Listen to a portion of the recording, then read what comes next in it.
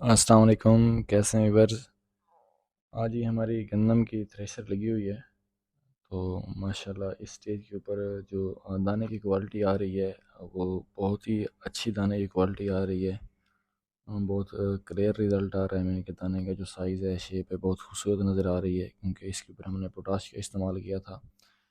तो ये हमारा 6 एकड़ का प्लॉट है। तो कुछ देर पहले ही थ्रेशर लगी है। बाकी ये जो आप देख सकते हैं, दूर से ये लोग जो है लेबर है, ये उठा कर लेकर आ रहे हैं गंदम। तो आप लोगों ने क्या, क्योंकि आज जो तारीख हो चुकी है वो 3 मई 2024 हो चुकी है। तो आप लोगों के यहाँ ये जो गंदम की क्या एवरेज आ रही है, आप लोगों ने लाजमी बताना है। और उसके साथ साथ आपने ये भी बताना है कि आप लोग हार्वेस्टिंग के लिए थ्रेशर का इस्तेमाल करते हैं या फिर हार्वेस्टर का इस्तेमाल करते हैं। क्योंकि हम तो ज़्यादातर यहाँ पर क्योंकि तूड़ी मीन के भूसा, इसका जो रेट होता है वो काफ़ी ज़्यादा होता है, तो इसलिए कंबाइन हार्वेस्टर के बजाय यहाँ पर थोड़ा सा मेहनत वाला काम ज़्यादा हो जाता है, लेकिन थ्रेशर का इस्तेमाल किया जाता है।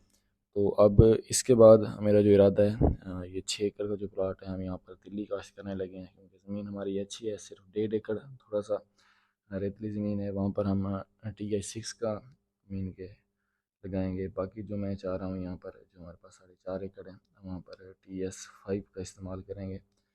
और उसका भी रिज़ल्ट आप लोगों के साथ शेयर करते रहूँगा। तो आपके यहाँ क्या एवरेज आ रही है, आपने लाजमी बताना है। और कितने परसेंट मीन के आपने अपनी गंदम जो है हार्वेस्ट